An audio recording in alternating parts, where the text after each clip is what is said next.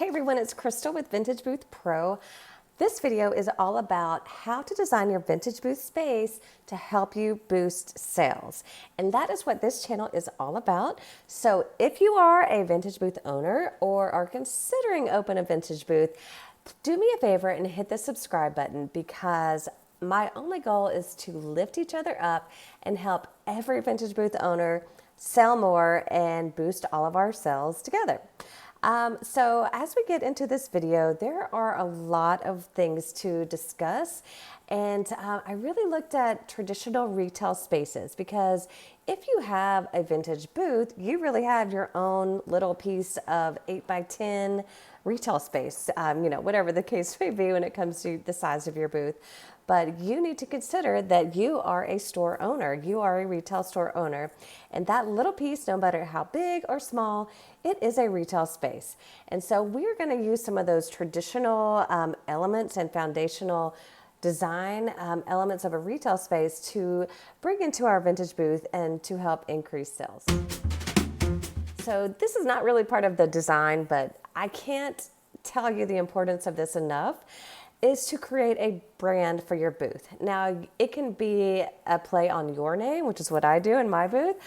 It can be a nickname. It can be a play on the items that you sell. Just come up with a name and create a sign to help friends and family, past clients and customers know where your booth is located and recognize that they want to shop there because they've seen your brand before, they know what kind of items that you have for sale, and they like you. So help draw back in repeat customers by creating a brand name and creating a sign for that name. And there's a lot more we'll talk about with your brand in future videos, so that is to come. But if you have a brand name, if you have a name for your booth, please comment below. I would love to know what your store name is. Okay, so this is all about the layout. And when you choose your booth space, there's really not a whole lot you can do about your layout except for what you put in it. So you may have a square, a rectangle, an oblong shape, which is what I have. I have two kind of weird shapes with some very ugly emergency exit doors in the middle. That's what I have in my two booths, and that's fine. But what your goal is to, what they say, pave a path. Create a flow for your customers to go in and feel comfortable and be able to not feel crowded or rushed, but be able to walk through and encourage them to take their time and explore what you have in your booth. So a good recommendation is to have a fellow booth owner or a friend or family member go in with you one day and just give them, it's hard to give your honest opinion with friends and family, but give your honest opinion about how's the flow of this, of my store. Can you easily fit through? Are you gonna break something if your elbow hits the wrong way? Yeah, just ask for feedback from any willing participant. Okay, avoid clutter. Now, I messed up recently one time because a lot of my schedule is based around my kids. So I forgot that school was doing early release one day. And you know, when you get in your booth and you're designing and decorating and putting new inventory out, you kind of lose track of time. Well, I was at a point where I had to leave right then. So I just threw everything on the floor and I was like, I'll get it another time. It was like a week and a half before I could get into the booth again. So I am guilty of this one, of avoiding clutter. Like I said before, you just want to make it easy for potential customers to look around in your booth. And if they see clutter, that's kind of what they're going to think your brand is about. So just avoid clutter altogether. Consider having a comfortable seat for them. Now, I love chairs. I'm drawn to chairs. I think having an accent chair in your home, in your foyer, is a fun way. You can have an accent chair in your guest bedroom. So I offer a lot of chairs for sale, and I'm kind of turned away when there's signs that say, "Don't sit here." Encourage sitting, encourage lounging in your booth. We used to have a store owner that would pick out a different chair and read a book during her lunch break. So offer comfortable seating, and if you can have it for sale, even better. Now I want to talk about the aesthetics of your booth. Now, it seems like aesthetics and, hashtag aesthetic vibe has grown in popularity with the younger hip crowd over the past few years. And so it's very important that you are aware of the aesthetics of your booth. And now I do want to note that our attention span as adults is a little over 8 seconds. And did you know that a goldfish's attention span is 9 seconds? So we as humans have less of an attention span than goldfish do. And so just keep that in mind when you're walking. Next time you walk through your antique booth, see what catches your attention. And it's what catches your attention and what draws people in. And so that's what you want your booth to have. And if you have a nice and pleasant aesthetic in your booth, which could be anything from your color scheme to your lighting, just your overall vibe of your booth, that is something that you want to be aware of. You want it to be inviting and to draw people in. When it comes to catching your potential customers' attention in your booth, you want a focal point. And now this focal point idea is from Melanie at Lost and Found, whom I love so dearly. She recommends having a focal point and then creating a triangle, kind of like this, that will lead your potential customers' eyes down and around your booth. So like I said, my booth is kind of oddly shaped. So it's difficult to have just one focal point. I think I have a couple, and I'm gonna pop some pictures up, and so just let me know. And this is another thing that you could bring your friends or family in and just say, hey, what's the first thing you notice in my booth? And you want to kind of force that focal point. So if you're not hitting the right focal point, change it up. I'm not sure, could it be your sign for your brand? That is actually a great thing to help people's memory of your booth. Consider making the sign your focal point or just something big and fun and unique and interesting. And then create a triangle to help direct people's eyes around your booth. Now, your furnitures and your fixtures. And are you like me? Comment down below. You have pegboard walls. Most of the booths I've seen have pegboard walls. So you are kind of open when it comes to what furniture and fixtures you want to use. And now for large pieces of furniture, in a past video, and I'll try to tag it here, is that I recommend having 25% really big stuff in your booth, 25% medium stuff, and the rest of the stuff, 50%, should be smalls, and maybe even consider extra smalls. But those that 25%, those big hutches or display cabinets or shelves, whatever the case may be, you want them to be stylish and kind of accentuate your brand and make it go along with the flow of your booth design.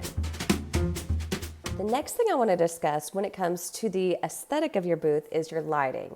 And this is kind of a picky subject for me because I don't have an outlet in my booth. Sorry, I forgot what it was called because I don't have one. I don't have an outlet. It's just a whole thing. And I'm like, every time I'm like, what do you think about putting an outlet in? But the lighting in our store overall is very good. But if you can incorporate other lighting, overhead lighting, accent lighting, whatever you can do, it really helps. And if you have lamps, people want to know if they work. Consider lighting when you consider your antique booth. Okay, this is a fun one. Color. When you come up with a name and consider creating a logo, you have complete open options for coming up with a color scheme. And for probably my first whole year of being a vintage booth owner, I left the peg walls white. And when I opened my second booth, the one that's right across from my current booth, it was already painted this beautiful dark blue. And when I started putting items in, I was like, I really love this blue. And so I tried to match it, and I ended up painting my original booth. And every day I'm in the booth, I get comments, I just love that blue. It makes such a big difference to your booth. The items just really pop out. So if you have a fun, vibrant, playful brand, you could do like a hot pink or yellow. You could, if you have a more traditional or sophisticated brand, you could do more muted colors. It's just really up to your brand, what you're basing your whole booth on, to consider the color. But do consider color because it really makes a big difference. Okay. Okay, signage. So I've already talked about when you name your booth to create a sign for your booth. But you can also create signs to help direct people around your booth, get people's attention that you may not have gotten before. You know, if you have a few items that you've marked down, create a sign. Sometimes, like my store will only allow for them to do markdown signs, but I'll create signs and say, oh, these stamps are $1. This is all vintage pewter here. Whatever the case may be, it just helps attract people's eyes. Whatever you can do to keep that attention span as long as you possibly can, and signage does really help. The last thing with aesthetics that I want to discuss, and this isn't really a look and feel kind of thing, but smell. It's the last of the five senses. We've talked about all the other ones. There's not a whole lot you can do about it. So, for example, when I was traveling last weekend, I went into an antique store and the smell was so bad I almost left. Like, it just affects my whole sinus. I can't handle bad smells, and so I almost left, but I stuck through it, and it was a really cool store. I'm glad I stuck around. But it's a hard thing because you can't control what other vendors bring in if there's something that doesn't smell good, or if the staff has warmed up something fishy in the break room. There's nothing you can do about that. But try to control the things that you can. So if you have blankets or hanky, I have candles, just anything with fabric. I have this great Bounce wrinkle release spray that I highly recommend. It smells very fresh, just really, really good. And it just leaves behind a fresh scent. And let me know if there's anything else that you can consider, because you don't want it to be too smell goody and things like that. But try to just have a good scent in your booth. Add candles, add whatever you can think of.